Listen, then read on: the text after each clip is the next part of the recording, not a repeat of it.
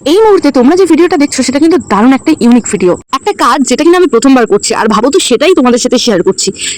একটা টেনশন থাকে যে সেটা কতটা কি কি করে উঠতে পারবো নাকি পারবো না, তার উপরে আবার ভিডিওটা ঠিকঠাক উঠছে কিনা সেটাও দেখার ব্যাপার থাকে। তো তোমরা ভিডিওটা দেখে তো বুঝতেই পারছো বা থাম্বনেল থেকে বুঝে গেছো আমি কি করার চেষ্টা করছি।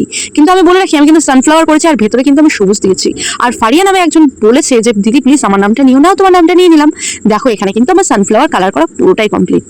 আর এইবার যেটা করব সেটা হলো বলেই দিই তোমাদেরকে, আমি কিন্তু এটা করছি ব্রোচ পিন। আর ব্রোচ পিন করার জন্য আমি এখানে যেটা ইউজ করেছি সেটা হলো সেফটি পিন।